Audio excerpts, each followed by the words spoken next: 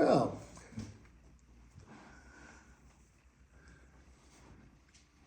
this group has given me a number of challenges over the past few years.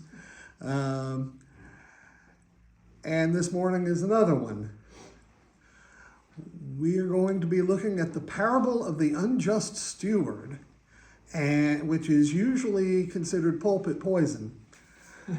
And if you don't believe me, try looking up hymns that reference the first 8 or so verses of Luke chapter 16 and see what you find. It won't be pretty. So, it's one of those difficult sayings of Jesus.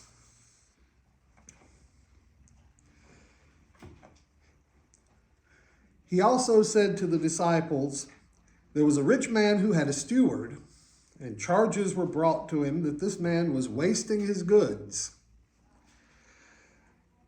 And he called him and said to him, 'What is this I hear about you? Turn in the account of your stewardship, for you can no longer be steward.' And the steward said to himself, 'What shall I do since my master is taking the stewardship from me? I'm not strong enough to dig, and I'm ashamed to beg. I have decided what I will do so that people may receive me into their houses when I am put out of the stewardship.' So, summoning his master's debtors one by one, he said to the first, 'How much do you owe my master?' And he said, 100 measures of oil. And the steward said to him, 'Take your bill, sit down quickly, and write 50. Then he said to another, 'And how much do you owe?' And he said, 100 measures of wheat. The steward said to him, 'Take your bill and write 80. And the master commended the dishonest steward for his shrewdness. For the children of this world or of this age are more shrewd in dealing with their own kind than the children of light.'"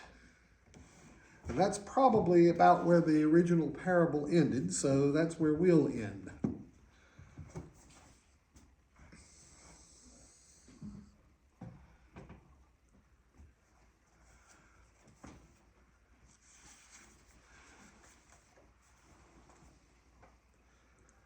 As I said, it's a troublesome parable.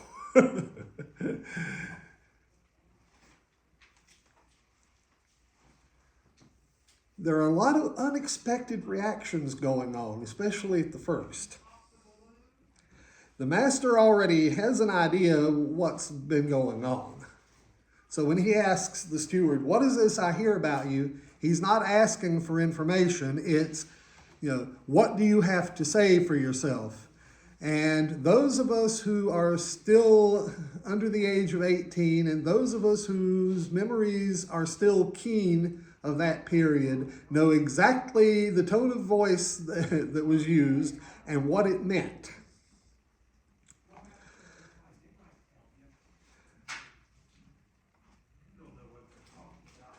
But the master acts with a certain amount of mercy. He fires the guy on the spot. "Turn in your account books, for you can no longer be steward." Instead of having him thrown into prison, until he could pay the debt, sold as a slave, or worse. Now, on the steward's side, the steward apparently answers him not a word. Probably the steward knows the way the game is played. He decides to go quietly rather than to protest his innocence or haggle over or negotiate the terms of his exit. And in the East, this can sometimes take days. The steward could throw himself on the mercy of the master, and promise never to do it again or never to get caught doing it again. The steward could point out, my grandfather served your grandfather, and my father served your father the way I serve you, which is not exactly a ringing endorsement once you stop to think about it. But the steward doesn't say anything. At least one commentator expresses the opinion that the steward doesn't reply to the master because to do so would be to risk giving the master extra information that the master may not already have. To adapt Mark Twain, it is better to keep your mouth closed and let people think that you're a fool, or in this instance, a scoundrel, than to open it and remove all doubt.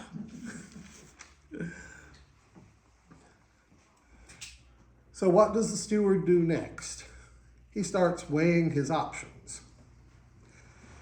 He isn't strong enough to dig, which means that he's not suited for heavy agricultural work. I mean, this is what they would use digging for rather than digging ditches or something.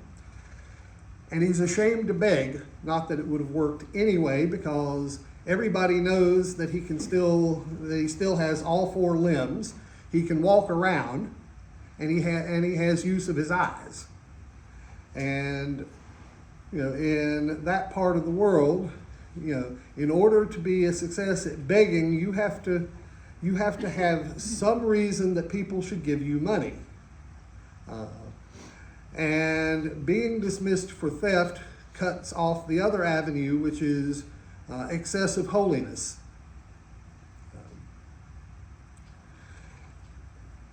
So he decides on a plan that people may receive me into their homes when I'm put out of the stewardship. What does he want? Does he want to be invited in as a guest and make the circuit of the neighborhood as a guest and sponge off all the people he knows? No. What he wants is get another job. There's a quote that I've seen from Epictetus from this same approximate period where the very same Greek idiom, be received into someone's home, means to get another job. Unfortunately, this is going to be difficult for him once the word gets round that he's been dismissed for embezzlement.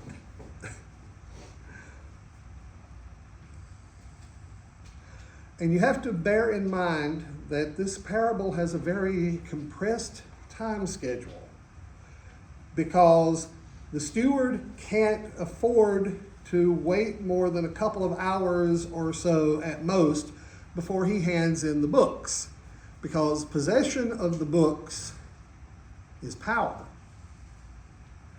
And then he really won't have any options any cards that he can lay on the table, so to speak. So he hatches a scheme. The other servants don't yet know that the steward was fired on the spot. So he can still give them orders until they find out, which will usually take a couple of hours to work its way around the household of a big estate anyway.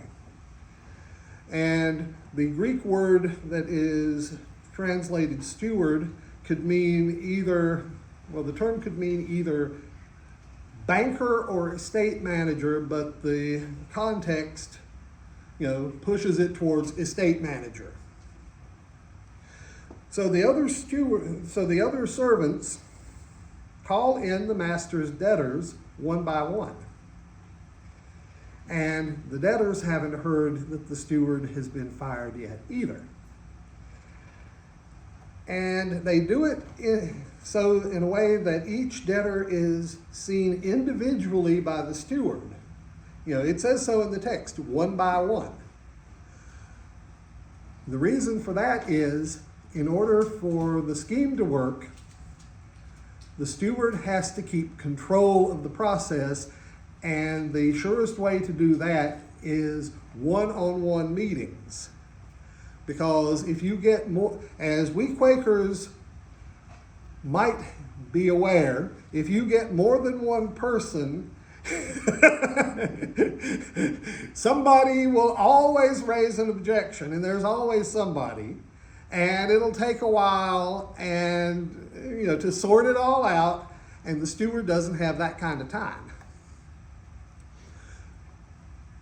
So this is the scheme. A steward wouldn't summon the master's clients outside the end of the harvest, which is when all the debts are settled, except to impart important information directly from the master.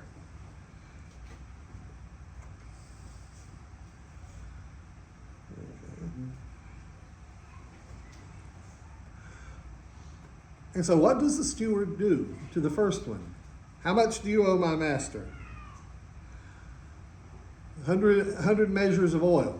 And the steward says, and I love this take on it from Ibn al-Tayyib, who was an 11th century Christian commentator from Baghdad. He was a physician who died around the year 1043, but is probably still the foremost Christian interpreter in the Arabic language.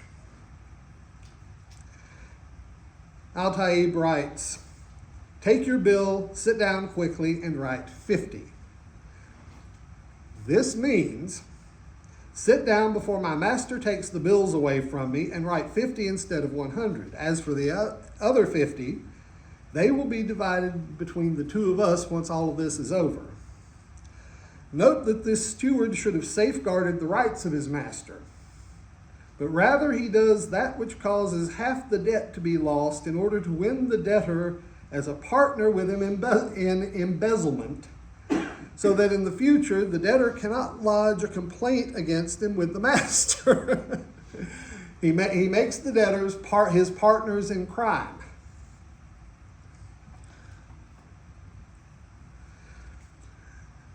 And having the debtor write out the new amount on the bill implicates the debtor in the embezzlement, because it is another way of showing that the debtor accepts the deal. Notice that this interpretation would rule out the theory that the steward was employed under terms like the publicans, the hated tax gatherers that the Romans used and that are spoken of with such disparagement often in Jewish sources of this period, and that Jesus is kind to.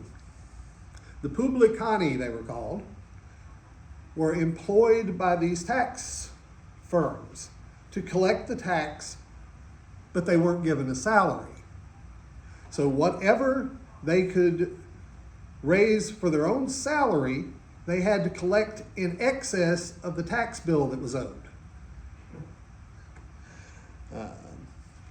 There's also no hint of that kind of setup in the parable itself. What it seems to reflect is a situation where the steward lives on the estate, he shares in the profits of the estate, he's given room, board, and some spending money, but it doesn't have to extort in order to make a living. By making the tenants complicit in the theft, the steward gained both a financial cushion and freedom from worrying that the tenants would throw him under the bus later. The master gains a reputation for generosity, but this only lasts as long as he takes no action against the steward and the tenants, who are the partners in crime. The tenants already have plausible deniability. "But sir, I thought the steward was acting on your instructions. How was I to know that you had already fired him?" They also get a kickback, as do the master's debtors who aren't the master's tenants, but have estates of their own. And what's the upshot? The master commended the dishonest steward for his shrewdness. "For the children of this age are more shrewd in dealing with their own kind than are the children of light." In the 4th century, the Roman Emperor Julian, the nephew of Constantine the Great, who is remembered in history as Julian the Apostate, because he tried to reverse the Christianization of the empire and bring back paganism, said that this last statement showed that Jesus taught his followers to cheat and steal. But there's a world of difference between saying the master commended the clever steward for being dishonest and saying the master commended the dishonest steward for being clever.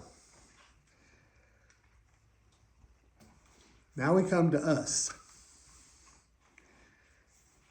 How in the world can we be clever these days? Well, here's an example.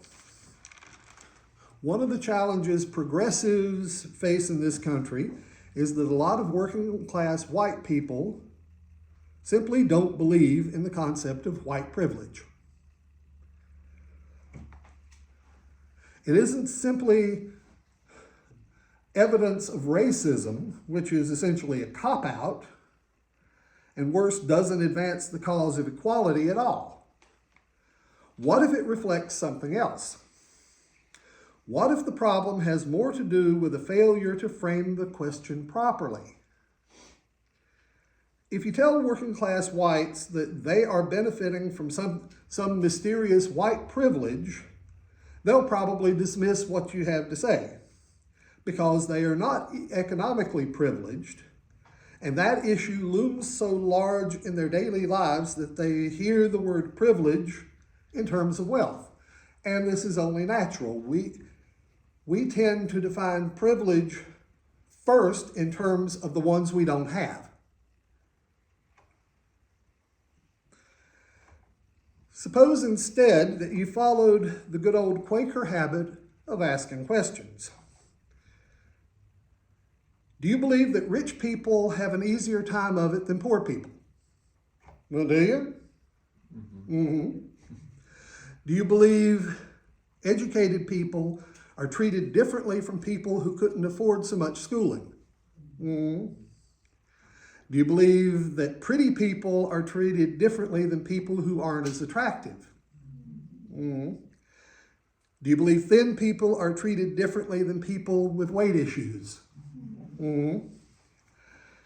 Do you believe people who speak English with confidence are treated differently than people who are a bit shy or speak with noticeable foreign or regional accents?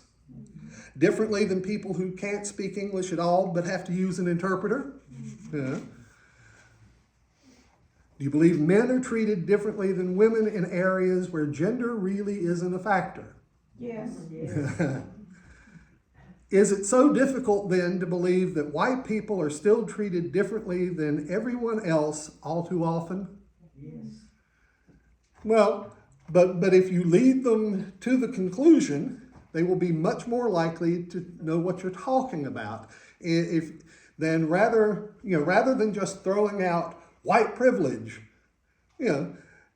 white privilege means much less to whites who are not privileged in some very important way. So you have to correct for that. You have to take that into account. There are different kinds of privilege in this world. We have all been on the short end of the stick sometime, haven't we?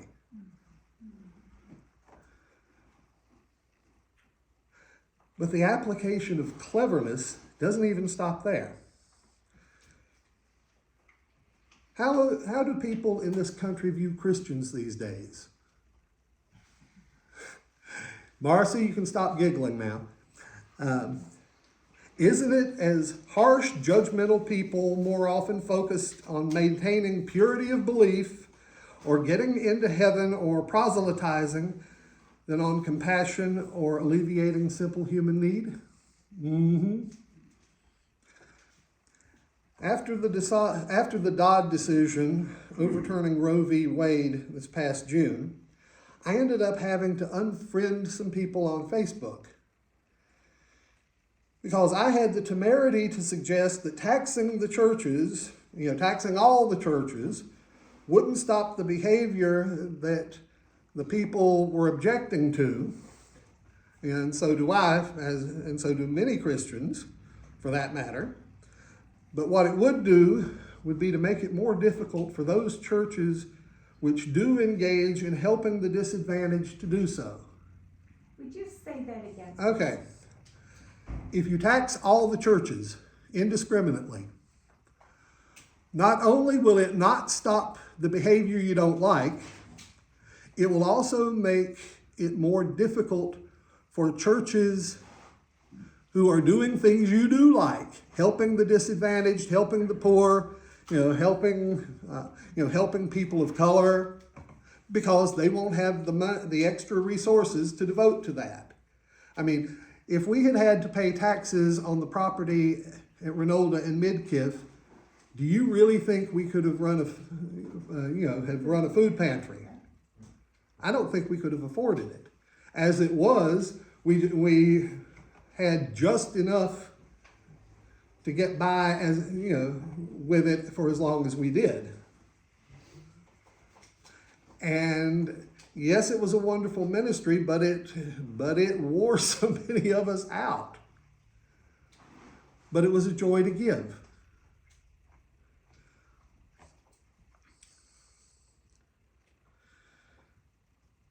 I was stunned at the amount of vitriol towards all churches, ours included, because of behavior with which we disagree as well. Well, you know what? I am tired of taking the rap for people who claim to be Christians but don't believe in the emancipation of women. Quakers have believed in that since the middle of the 17th century. Or people of color. Some Quakers started working on that one almost as early.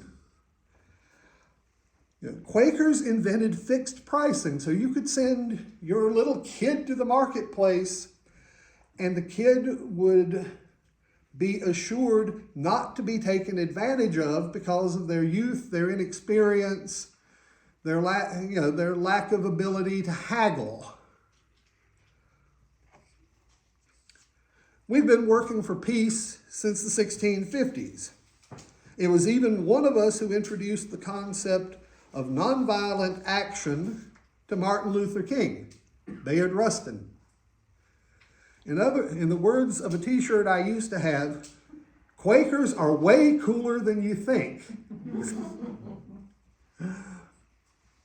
So as Jesus once said, let your light so shine before men, because our lives are the only Bible some people are ever going to read. And to quote Jesus one last time, be innocent as doves, but wise as serpents. Mm-hmm.